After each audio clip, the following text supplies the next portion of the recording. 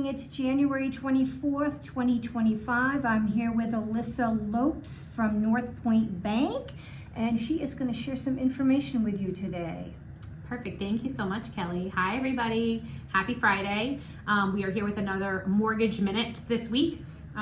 Just wanted to come on and remind everybody that I am a mortgage lender and I'm licensed in all 50 states. So I'm here to help with all of your first-time home buyer, dream home buying, relocation needs. Really quick, we'll just touch base on interest rates because that's usually the hot topic for everybody. We are very similar to where we were at last week. We're staying strong in that 6 to 7% range. Mid to high sixes is really where it's at, obviously depending on the loan program that you may qualify for. A couple of the things that I really wanted to touch base on right now. The big thing, especially everybody just finished off their taxes. Maybe you're going to be starting to, file your taxes and get money back. Maybe you really want to buy a home this year or upgrade to your dream home. The biggest thing on everybody's mind will always be your credit score. So basically what I wanted to say was that you can get one free credit report, full credit report a year at annualcreditreport.com. It does not list your specific scores. However, what you can do, go onto annualcreditreport.com, get a copy of your full report, look for any discrepancies, room for improvement, utilize your tax return to your best interest. Maybe that is because now you need to pay down some credit card debt. Maybe it's just to set aside for a down payment, but get a copy of that credit report. It is yours. You should take a look at it. And if you have any questions, the best bet would be to ask a lender. There's always potential for improvement, whether it comes to your good payment history, paying down some credit cards, but it's best to always speak with your lender and see what the best option for you is. Next is a little game of fact or myth.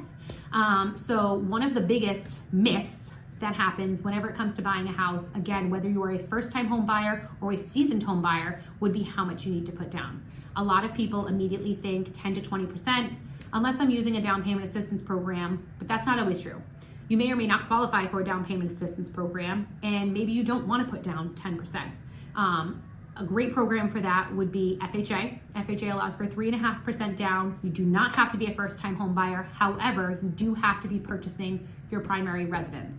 You can buy a multifamily with it, you can buy a single family with it, but you have to be the one that is going to live in that home with as little as 3.5% down.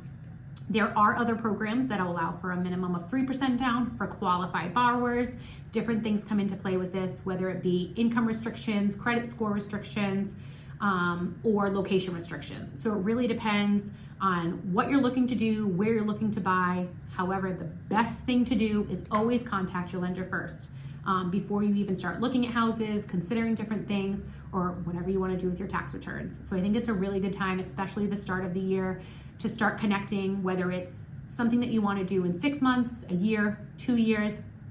Maybe you see a house that you really love, and so you're like, let me just contact a realtor. Talk to your lender first.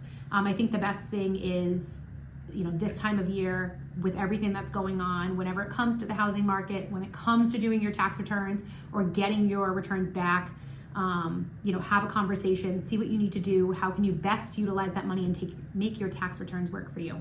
If you have any questions, again, Alyssa Lopes, Northpointe Bank. My phone number is 401-871-2252. Bye.